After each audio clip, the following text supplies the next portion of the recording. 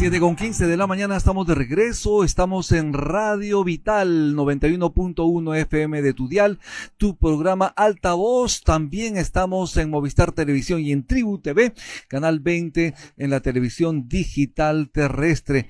Ya estamos conectados con el viceministro de Prestaciones y Aseguramiento en Salud. Estamos hablando del doctor Herbert Cuba García. Estamos en Altavoz, nos interesa muchísimo saber qué está pasando, obviamente, con la salud en el país, el cierre de brechas de infraestructura, cómo se dan las prestaciones médicas. Queremos saber qué está pasando con Minsa Móvil, que es un programa importantísimo que desarrolla el Ministerio de Salud.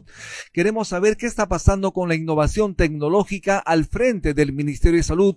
Queremos saber sobre la situación de la vacunación y además también los recursos humanos en este importantísimo sector. Estamos en Altavoz, en Radio Vital, en este día de efemérides, 8 de octubre. Ya estamos conectados precisamente con el doctor Herbert Cuba García. Muy buenos días, doctor. Bienvenido a Altavoz. ¿Cómo está usted, doctor Cuba García? ¿Cómo está? Buen día. Muy buenos días y un saludo a través suyo a todos los peruanos. Muchísimas gracias, doctor Cuba García. Estuve conversando, indicando además que hay un cierre de brechas de infraestructura en materia de salud. ¿Cómo estamos avanzando? ¿Cómo se está utilizando el presupuesto, el dinero de todos los peruanos para este cierre de brechas en infraestructura en salud? Mire, existe toda una problemática, como todos sabemos, de los tres niveles que tiene el sector salud. El primer nivel, que se llama el primer nivel de atención, que son los centros de salud y las postas. El Perú tiene 8.500 establecimientos de salud por parte del Ministerio de Salud y de los gobiernos regionales. En esto, los informes que hizo Contraloría y la Defensoría señalaban que un 95% de estos establecimientos estaban en estado no óptimo, digamos, un estado precario. Exacto. Es evidente que empezar un trabajo para poder resolver estos problemas de un día para otro es imposible, así que se lanzó el Plan 1000 el año 2023, se empezó con el Plan 1000, y significa mejorar, remodelar o crear nuevos establecimientos.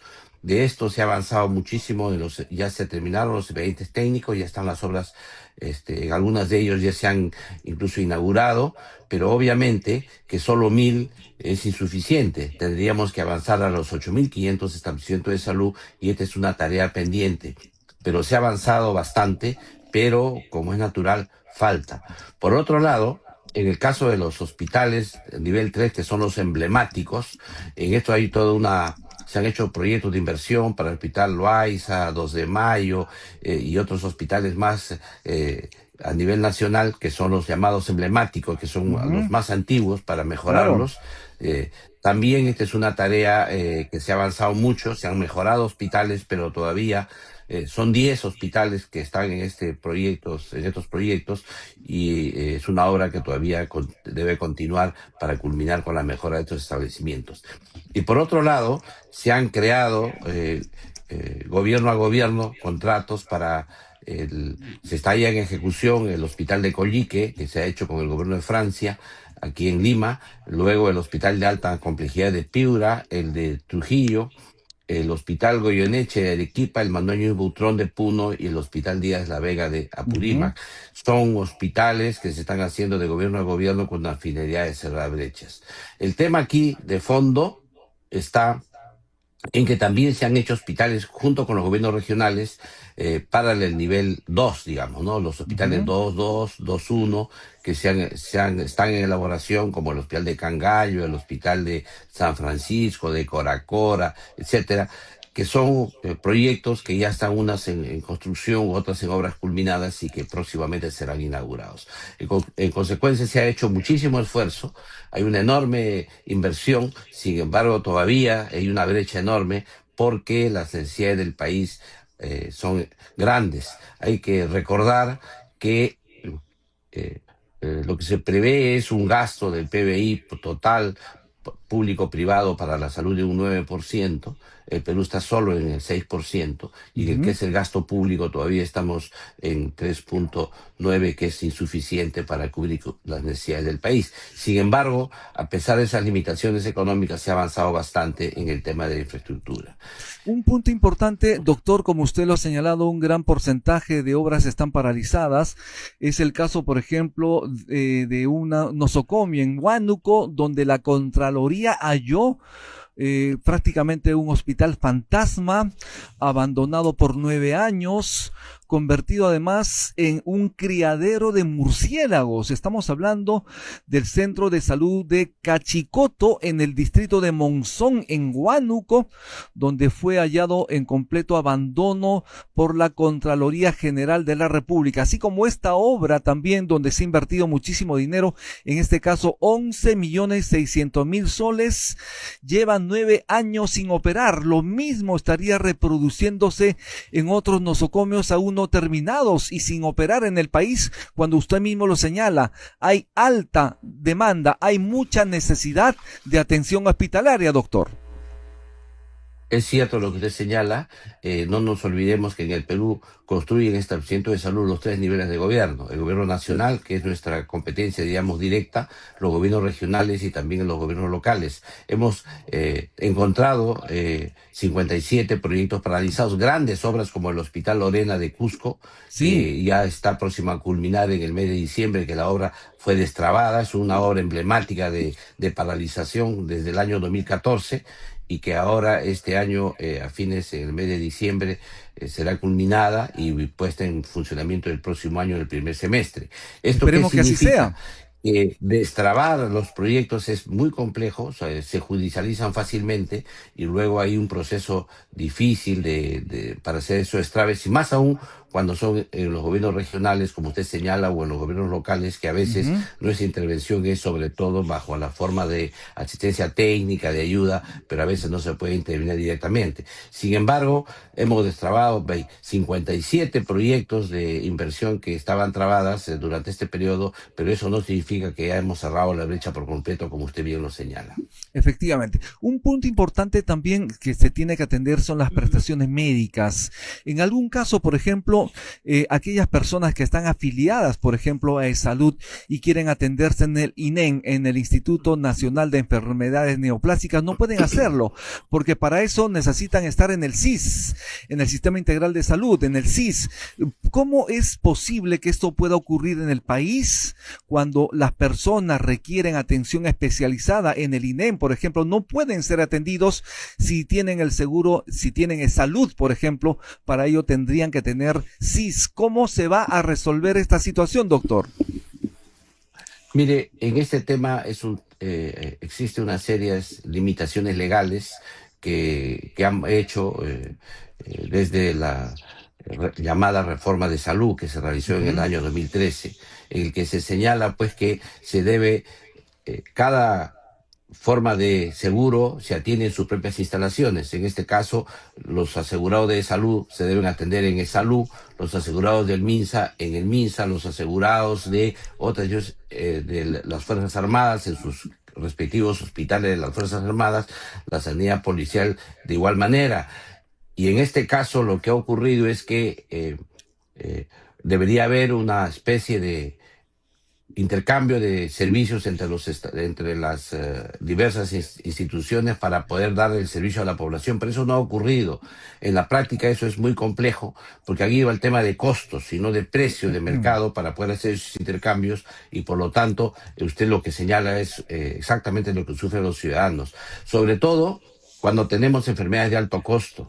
Y en Claro. este caso, la propuesta que se ha estado trabajando es que efectivamente se le dé la atención en el INEM bajo un tarifario que ya está establecido para poder dar atención a la población. Pero también aquí hay que señalar es que todavía la brecha para atención de la enfermedad del cáncer no se ha cerrado. O sea, todavía hay demanda insatisfecha. O sea, hay aglomeración en los servicios de salud, pero también hay aglomeración en el INEM. ¿Por qué? Porque hay muchísima población que acude de todo el Perú para ser atendido. No nos olvidemos que bajo la modalidad del Seguro Integral de Salud, hoy día se cubre la atención de todos los tipos de cáncer, y demás, los cánceres más baratos hasta los cánceres más caros. No existe ninguna exclusión para atender el cáncer en el caso del Seguro Integral de Salud. Y Ujú. esto ha generado, como es natural, una enorme afluencia de público, lo que hace que nuestros servicios estén todavía con problemas. Por eso es que se ha creado una modalidad de trabajo que se llama el MINSA Móvil, que Ujú. es una Dirección General del Ministerio de Salud que tiene 5 componentes que son muy importantes para precisamente destrabar este hacinamiento. El primero de ellos es la parte de la oferta móvil, es decir, Ujú. todo lo que es el manejo de ambulancias, traslado de pacientes, etcétera, porque se han ampliado el número de ambulancias. Sin embargo, todavía hay necesidad de fortalecer este sistema para que la población no tenga que esperar mucho para poder llegar a un establecimiento de salud en una situación de emergencia. El Aaron segundo Salomón. tema que se ha Sí. avanzado, Sí, ¿alguna pregunta o continúo? sí, Continúe, doctor. continúe. Estaba hablando sobre ese tema que es Ya, importante en Minsa Móvil. del Minsamóvil. Sí, Así es. el segundo punto que maneja el Minsamóvil es el tema de Farmaminsa. Farmaminsa es un mecanismo que nos permite Ujú. de alguna manera poder llevar medicamentos a los lugares que el gobierno nacional no puede llegar. Por ejemplo, si usted necesita un medicamento de emergencia en Puno y usted está aquí en Lima, la única forma que podríamos hacer nosotros es simplemente transferir el dinero o comprar Procenares a inicio del periodo y entregar el medicamento. Pero si hay una desabastecimiento inminente, no se puede. En cambio, Farmaminsa permite precisamente ese traslado de los medicamentos en una sola institución que nos permite llevar a todo el país, tanto los medicamentos que son gratuitos o aquellos medicamentos que también tienen algún costo módico, casi al precio de fabricante, de Ujú. tal manera que esto pueda ser cubierto a nivel nacional. Esto era una enorme falencia que se tenía por dos lados. Por un lado, de la reforma de salud que ya le comenté, pero por Sí. otro lado, por el proceso de descentralización que hace que los gobiernos regionales se manejen con cierta autonomía que a veces impide la respuesta unitaria del sistema de salud. Sí, El tercer punto que tiene Misamóvil es lo que se llama salud en casa,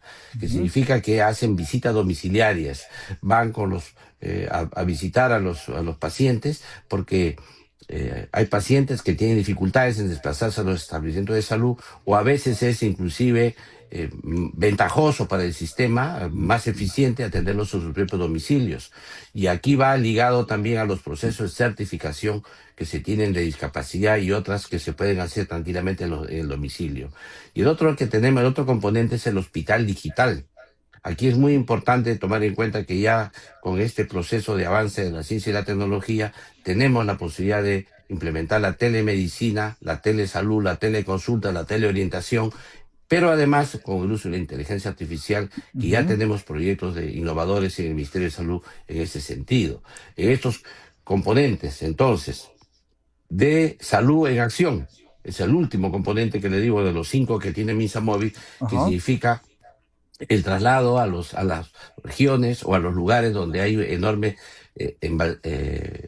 falta de atención o que son atenciones embalsadas. Uno lleva profesionales, lleva equipos, lleva unidades móviles, de tal manera que son atendidos los pacientes. Esto es un extraordinario trabajo se ha realizado a nivel nacional, sobre todo en las zonas de la selva, de la sierra, donde la atención médica es escasa y que estos, este proceso de desembalse que se hace quirúrgico, por un lado, médico también, que se lleva a los profesionales, ha dado muy buenos resultados. En otras palabras, Doctor. esta sí, doctor. innovación que se tiene con el Misamóvil ha tenido una respuesta extraordinaria. Importante. Sí, ¿qué tal? Buen día, doctor. Yo quería preguntarle si usted sabe si va a renunciar César Vázquez, porque él no lo había descartado, el ministro no lo había descartado y además la presidenta prácticamente le dio una grata despedida recientemente. Bueno, en realidad la presidenta acudió al 90 aniversario del Ministerio de Salud y efectivamente lo felicitó en público ahí. Hizo un muy buen análisis de gestión el ministro, pero todavía oficialmente no se ha comunicado que haya renunciado, que vaya a renunciar. Estaba, como se dice, deshojando margaritas, pero no nos ha comunicado a nosotros con certeza si es que esto va a ocurrir. En todo caso,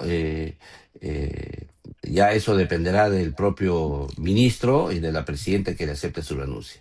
Claro, pero Doctor, ningún proyecto se va a paralizar, no tienen que continuar. Por ejemplo, usted nos está asegurando que el hospital de Lorena va a estar listo en diciembre. eso es importante. Sí, yo creo que lo ideal, y esto sería saludable para el país, es que todos aquellos proyectos de inversión no se paralicen.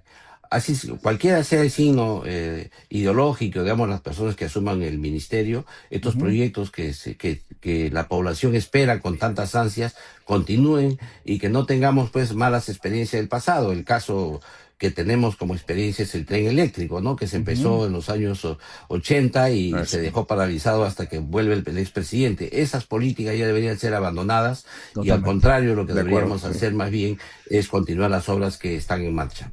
Doctor Cuba García, por favor, manténgase en línea. Vamos a hacer una pausa en altavoz. Estamos con Herbert Cuba García, viceministro de Prestaciones de Aseguramiento en Salud. Ya regresamos.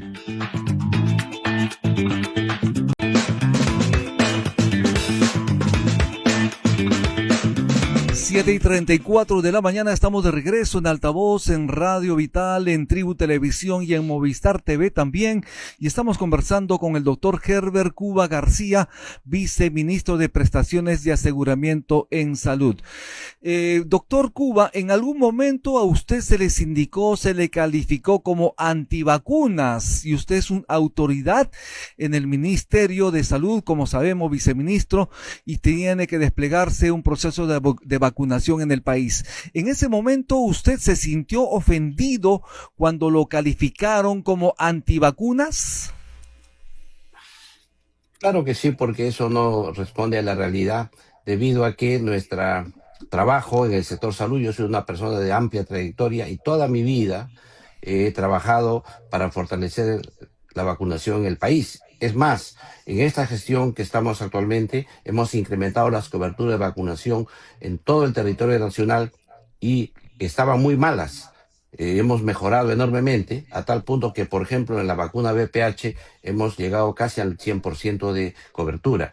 En otras palabras, nuestro compromiso siempre ha sido a favor de la vacunación. En algún momento, cuando el ex ministro Hernán Garrido Leca fue ministro, hubo siempre una controversia gremial que ya lo hemos conversado con el propio ex ministro Garrido Leca y hemos encontrado los puntos que en ese momento quizá hubieron de controversia y han sido estos subsanados. Yo creo que lo más importante que aquí se tiene que tomar en cuenta es que un médico no puede estar en contra de las vacunas, sobre todo cuando son medios que resuelven y salvan vidas. Más bien al contrario, deberíamos hacer que nuestra población se vacune y el Perú progresivamente ha ido incorporando un mayor número de vacunas y hoy día tenemos 17 vacunas para atender 28 enfermedades. Y nuestro compromiso va a seguir aumentando la cobertura y hemos logrado un aspecto que es esencial. Mire usted, el Perú tiene 1.892 distritos, con el último que se ha creado, que es Santa Rosa, en la triple frontera. Y en cada uno de estos lugares se han creado comités distritales de salud, es decir, que la población organizada, presidida por el alcalde, y en cada uno de estos lugares se han ido y se han hecho explicaciones con referencia a la vacunación, y hemos logrado coberturas donde tradicionalmente la cobertura era muy baja, como el caso de Puno, donde tradicionalmente llegaba la vacunación a un 27-30% de cobertura, y el año 2024 hemos cerrado con una cobertura del 80%. Esto es un enorme avance que se ha hecho precisamente con la pedagogía, con la explicación de las bondades que tiene la vacunación. En ese sentido, creo que, al contrario, yo instalo a la población que a esos comentarios que a veces lo que pretenden es crear problemas o bajarle la llanta, como usted lo ha dicho, a un funcionario en su momento, yo creo que eso sería inadecuado, pero el Perú tiene una larga historia, siempre hay periodos, como usted lo sabe perfectamente, que ha habido a veces temas políticos de confrontación, pero eso no debe llevarnos a luego impedir que el Perú desarrolle o que podamos lograr avances, sobre todo en esta área tan importante como es la vacunación. Importantísimo, por ejemplo, la vacunación contra el papiloma humano, por ejemplo, el virus del papiloma humano. Eso es importantísimo. Sabemos que se ha ampliado la vacunación tanto a varones como a mujeres hasta los 18 años. ¿Cómo se está desplegando en las zonas a donde el sistema privado no llega? Usted ha señalado, por ejemplo, que en la isla Santa Rosa de Loreto sí hay presencia del Estado a través del Ministerio de Salud. Pero ¿qué está pasando en otras regiones, doctor? Mire, en el caso de la vacuna con VPH es muy interesante y que desmiente totalmente mi situación de ser considerado antivacunas. Y le voy a explicar por qué. Nosotros encontramos que la vacunación es solamente para niñas y eran solamente para niñas de menores de 14 años. ¿Qué hemos hecho? Nos hemos ampliado a varones, se ha ido a 18 años y ahora estamos evaluando ampliar a las poblaciones en riesgo. Es decir, y estos hemos logrado una vacunación de casi el 100%. ¿Y por qué es importante esto? Porque evitamos el cáncer del cuello uterino. Se ha lanzado la política de erradicación completa del cáncer del cuello uterino. La vacunación es un elemento esencial para erradicar, pero también la detección precoz del VPH en las mujeres a través de pruebas moleculares que se han instaurado en todo el país. Y además de eso, la detección precoz permite intervenir rápidamente en estos casos para evitar que esto progrese y se pueda curar por completo. Hemos señalado que este trabajo de erradicación del cáncer de cuello uterino tiene dos componentes esenciales. El primero es el componente comunitario, es decir, que la población de cada uno de los distritos del país, en sus comités distritales, en el vaso de leche, en los comercios populares, conversen sobre el riesgo del cáncer de cuello uterino. Pero además de eso, se ha puesto en la población la vacuna. Cada establecimiento de salud a nivel nacional vacuna. Hay brigadas que salen casa por casa a vacunar. En las comunidades nativas hay brigadas que salen con pertinencia intercultural para hacer esta vacunación. Por eso que en este vacuna hemos logrado casi la cobertura al 100%, que este es un éxito que tiene el Perú para erradicar el cáncer de cuello uterino. Esto es importante. Le cuento yo que hace 2 semanas me he vacunado. Estuve en la plaza central de Surco. Había un equipo de vacunación del Ministerio de Salud y efectivamente yo me he vacunado contra el neumococo, por ejemplo, por ser una persona que está en riesgo debido a mi edad también. Ese es importantísimo y se tiene que ver que esta campaña de vacunación es en todo el país, en diferentes plazas públicas como la que yo he visto en el distrito de Surco. Pero ¿qué más, doctor? ¿Qué más hacer para que efectivamente la gente pueda confiar en que las vacunas sí salvan vidas? Creo que el aspecto más importante aquí es también efectivamente aclarar a la gente que es antivacunas. Ello es importantísimo, porque esto a veces genera temores en la población o transmiten pseudociencia, como se dice, y comunican a la gente y les genera temor, miedo. Sobre todo después que hemos salido de la pandemia COVID-19, donde ha habido mucho cuestionamiento de este tipo de vacuna. Entonces, esto ha generado que mucha gente tenga reticencia en ponerse la vacunación. Sin embargo, lo que sí hemos observado, y esto nos ha servido la vacuna VPH contra el papilomavirus, nos ha servido porque nos hemos dado cuenta que con una explicación sencilla, científicamente fundado, con ejemplos concretos, la vacunación puede lograr altísimas coberturas. En todo caso, el Perú tiene una muy buena cobertura en todas las vacunaciones actualmente, más del 80% de la cobertura general de todas las vacunas, que eso es bastante. Hay países que estas corrientes de antivacunas han calado, donde las coberturas de vacunación son mucho más bajas que en el Perú. ¿Va a ampliarse la cobertura o el alcance de vacunación a mayores de edad para esta vacuna del VPH que estamos conversando? Sobre todo en los pacientes que tienen comorbilidades, enfermedades, ¿no? que les disminuyen las defensas, son poblaciones que estamos evaluando para ver de incrementar también a este grupo poblacional, ¿no? La vacunación con VPH. Pero hay que señalar que la vacunación con VPH es una herramienta que se tiene, importante, que quizá la más importante porque finalmente va a evitar en el mediano y largo plazo la erradicación del cáncer de cuello uterino, pero hay la otra herramienta que son las pruebas moleculares para detectar para detectar el cáncer o el Ujú. papiloma en el cuello del útero de las mujeres en modo temprano, antes que aparezca el cáncer, también es muy importante. Muy bien, doctor Herbert, estamos hablando sobre el tema de las vacunas, pero también qué nos puede decir usted sobre la utilización del presupuesto, además la contratación de personal en el Ministerio de Salud.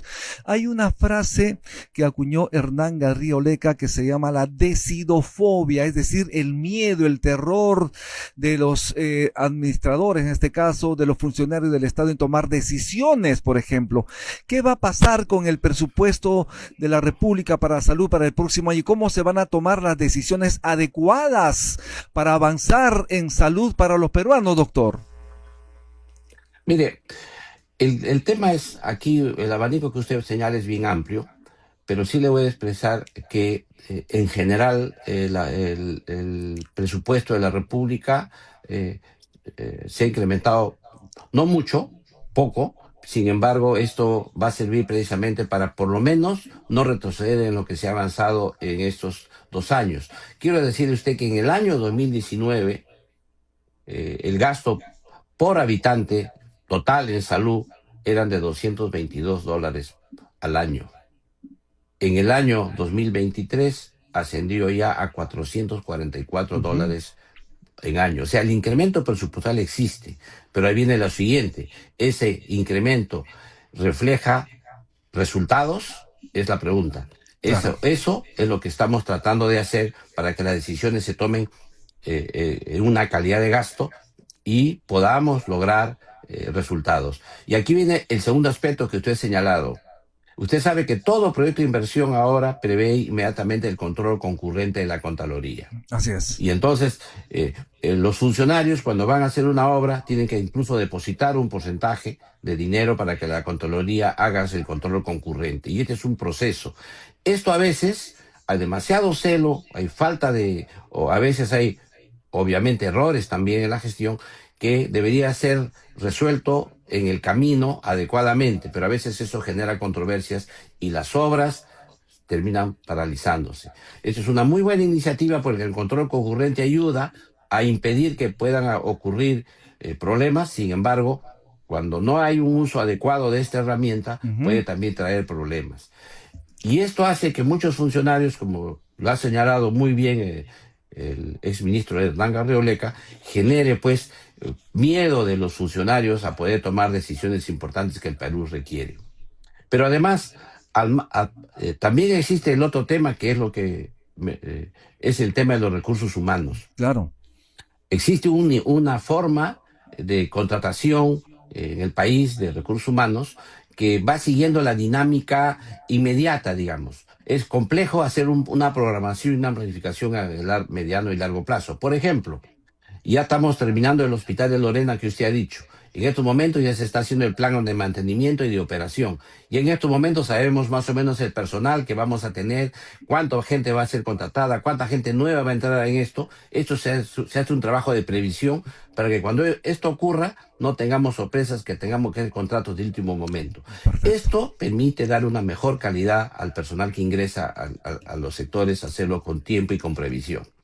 El otro Doctor, aspecto es hacer más atractivo el ingreso a al sector salud, porque esto hace que se mejoren los niveles remunerativos, las condiciones laborales, etcétera. Y en esto, este año se han logrado 7 procesos laborales para mejorar la situación. Uno de ellos es el nombramiento de los administrativos, continuar con el nombramiento de los trabajadores ujú, asistenciales, hacer el ascenso en la línea de carrera meritocrática, hacer cambio de grupo ocupacional, gente que entró a trabajar como administrativo, pero luego estudió medicina, pase a ser médico, ¿no? Y luego también en los comités locales de administración de salud, los CLAS, su nombramiento. Todo esto son 7 procesos de mejora de la situación laboral, pero obviamente el tema de fondo, que es el incremento de haberes para todos, todavía se deja esperar un poco por un tema de caja fiscal. Pero lo exacto. ideal es que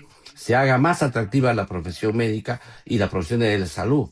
No nos olvidemos que el Perú necesita 80.000 médicos y actualmente en actividad solamente tenemos 40.000. Hay una Para gran esto falta. necesitamos que más jóvenes abracen, tengan la vocación de estudiar medicina, y para esto hay que hacerlo un poco más atractiva. Perfecto. Doctor, muchísimas gracias por estar en Altavoz. Esperemos tenerlo pronto aquí en el CES también. Muy amable, muchas Que gracias. tenga buen día, muchas gracias. Un abrazo una vez más y a todos los peruanos, un gran celebración del día de nuestro héroe del milenio, don Miguel Grau. Bien, así es. Estuvimos con el doctor Herbert Cuba García, viceministro de Prestaciones y Aseguramiento en Salud. Vamos a hacer una pausa, regresamos de inmediato.